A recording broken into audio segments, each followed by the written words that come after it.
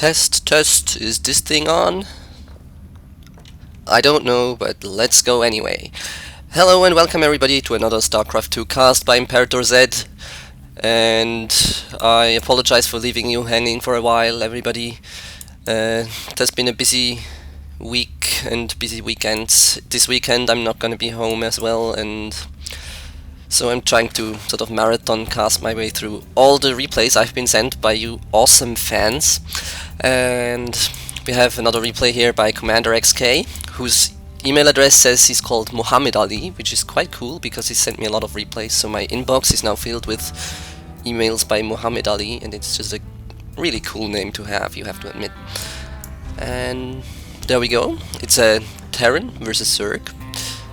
His enemy is XxstowawayxX, though I guess you are not supposed to pronounce the X, but there you go. Otherwise, I haven't really been sitting on my ass. Well, I have been sitting on my ass technically, but I've been playing a bit again, getting back into the game. I sort of let things hang, started playing random instead of Zerg, because that's gonna be helpful when casting games. So now I can tell you, this barracks here is kind of a weird thing to do at 11 supply, because I don't know how he afforded it. He must have cut something. This is probably the worst thing to do in the world, attack the extractor with SCVs.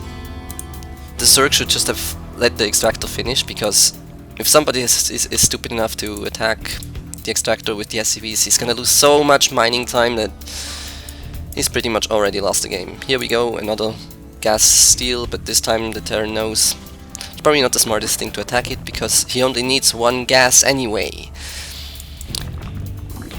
There we go, sort of early pool, probably was a 14 or something pool. Don't really know, don't really care at this level of the game. Might have been a gas first, I think it was a gas first. You don't really need to do that against Terran. I do prefer hatch first myself, but if you want to be safe, that's alright as well. Though you might be a bit behind in macro if your Terran knows how to build an orbital command, which let's say this one doesn't. Still, Terran ahead in harvester count. That's mostly because the Zerg buildings, they require workers to build them, so that's kind of problematic. Here are the four links, which is good because you need to make use of your spawning pool if you do make one, because otherwise it's gonna be wasted and you're behind in economy. But our Zerg starts the metabolic boost a bit late. Often happens to me as well. He's probably been watching something else, but you should really do that on time and then pull the workers, not over gas, because you can't really use the gas in the beginning unless you want to do some weird sort of Baneling busty thing. From the Terran we have concussive shells coming up, which against the Zerg, unless he's 7 or rushing you or something, doesn't make that much sense. Though again, it's a cheap upgrade and it's very useful. I would still go for a stim or combat shield first, because that's just so much better. But concussive shells are good, and they are researched in only a minute. So it's, if you look at combat shield, it's almost 2 minutes, and stim pack almost 3 minutes. So the concussive shells will be up earlier if you really think you need them. If you want to attack with marauders, which I don't see, because the Zerg has Zerglings and they just tear the marauders apart. And now we have a Zerg ahead in harvesters. This hatchery might have wanted to go up a little bit sooner, but it's still okay. It's still useful. It's still early enough. Zerg should be droning up as much as he can. The second queen is coming up. I myself often forget that, so that's very good. We have oversaturation going on, I would say. At least that's what it looks like. Not even. It's actually good saturation. Still, make more drones. The second hatchery is coming up. Now there should be a drone transfer, because otherwise you are gonna oversaturate, and that's not what you want to do. There you go. Might even have wanted to take a few more. And now's the sort of scaredy cat phase of the game for our Zerg. He doesn't really know what's going on. You can see he knows the base is there, but he doesn't know if the push is coming or anything. And since the Terran has Marines, well, he should have Marines. Actually, he doesn't, but he does have 2 somewhere. But since the Terran has Marines, you can't really fly Overlords in without sacrificing them. Maybe you want to sacrifice an Overlord. That's okay. But at this point, you don't really know what's going on, so you might want to do some spine crawlers like CommanderXk is doing right now. Maybe even in your main, because there is the danger of drops. But you should theoretically be able to do without them. Place a Zergling here.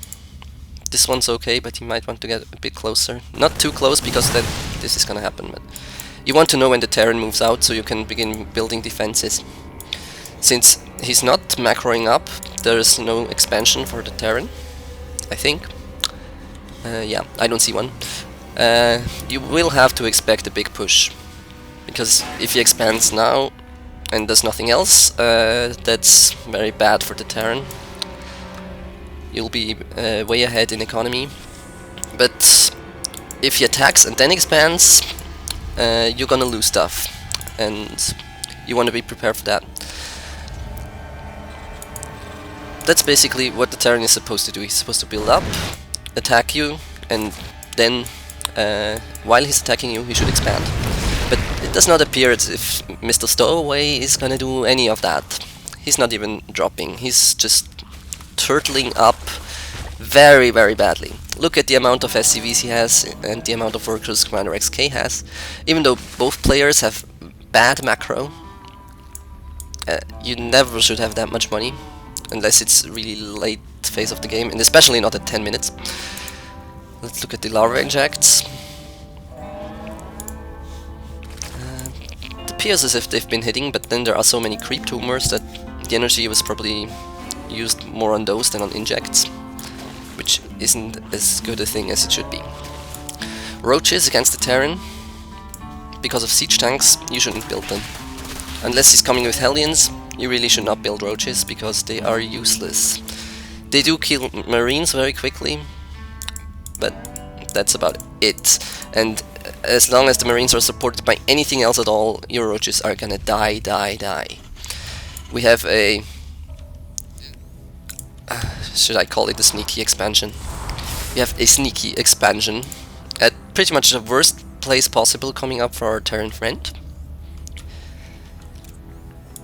Let's say that everything else, every other position he could have chosen would have been better. Well, maybe except this gold base, but hey. Rocks are finally going down. These are so annoying.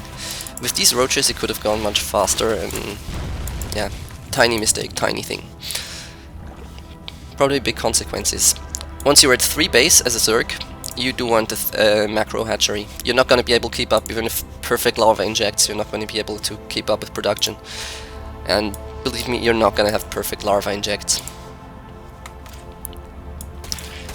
The sneaky base has been found out before it even completed, and we still have only 20 SCVs for a Terran friend. The Zerg by now even has a bigger army. He doesn't have a bigger army. Okay, that's bad. You should have a bigger army by now. But he's so close that it really doesn't matter. You couldn't exactly A-move this base as a Zerg, as it stands right now. Though maybe you could. No, siege mode is there. You couldn't A-move this base, but you can hold him on 1 base, and a 1 base Terran against a 3 base Zerg. Do I even have to say anything about it?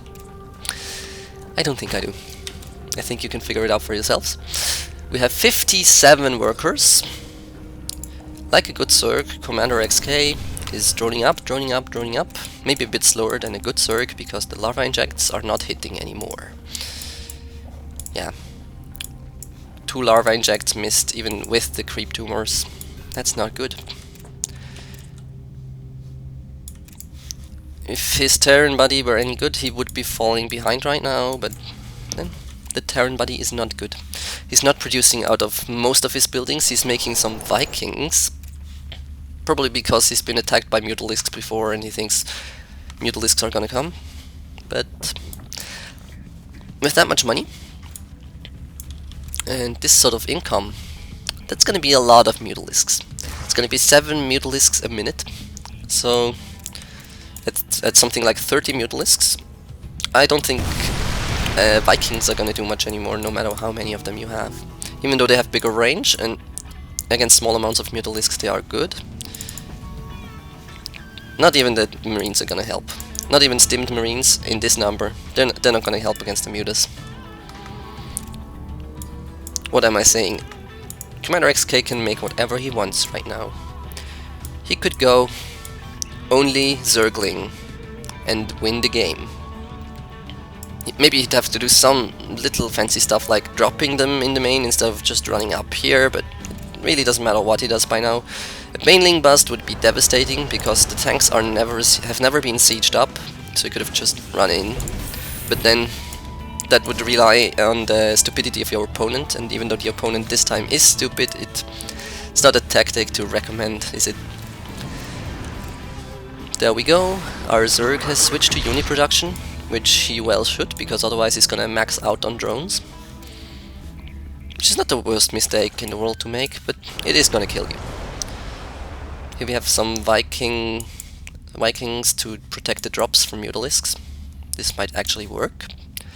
But our Zerg has the Mutalisks, for some reason, positioned at the exactly correct place. I would call this luck, but then nothing's ever luck in a game of skill like StarCraft. Well, of course there's luck, shut up. And we have a small tiny drop doing a little bit of damage to the Roach Warren and some Overlords. Don't get supply blocked right now. And good strategy is always to just completely devastate and kill your opponent. It's always a good thing, as it happened right now. Too bad the Mutalisks died. I guess if he'd flown them away from the Marines, that would have been good, but then what are these Vikings gonna do? What are they gonna do against this amount of roaches?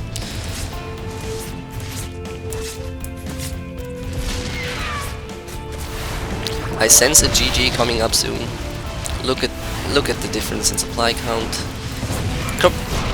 Drone rush would probably beat the Terran at this point. This is probably most of the army size you see here in this tab. It's just these medivacs. They are quite expensive, but alone they obviously can't do anything.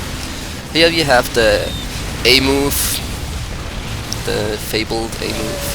And here you see why roaches are really crappy against Terrans, because that's just one siege tank, and look at how much damage they took. Our Zerg, despite having the extreme advantage, lost almost half his roaches to the one siege tank. And if there had been 2 or 3 siege tanks left, this would actually have died. The Zerg wouldn't have lost, he could have just macro back up easily, if his larva injects had been any good, but well, it didn't happen. CommanderXk wins this decisively, and the moral of the story is: build workers, use your orbital command energy for Christ's sakes, and expand, expand, expand.